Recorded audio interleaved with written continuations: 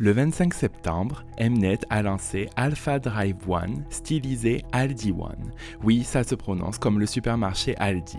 Et forcément, les internautes se sont amusés avec des blagues sur la merch et les pop-up stores. Mais la finale de Boys Planet n'a pas seulement créé un nouveau groupe, elle a aussi révélé une fracture profonde entre fans coréens et internationaux. Pour comprendre la colère qui a suivi, il faut remonter un peu dans l'histoire des survival shows. Dans les années 2010, Mnet lance Produce 101 et ses suites, Produce 48, Produce X101. À l'époque, seuls les fans coréens pouvaient voter. On parlait même de National Producers ou Kukmin Producer en coréen, les producteurs de la nation. Puis en 2021, avec Girls Planet 999, tout change.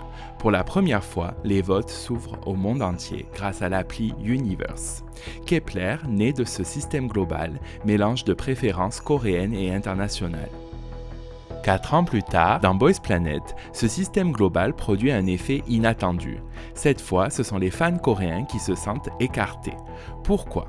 À cause de controverses autour de certains trainees et des comportements passés qui font débat. Mais aussi à cause de la question des visuels.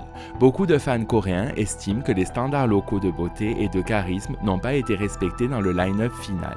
Résultat, Aldi One est perçu comme un groupe international déconnecté des attentes coréennes et les fans font déjà des calculs en se demandant ce qu'il se serait passé si les votes n'étaient pas 50% Corée, 50% international. C'est une inversion totale.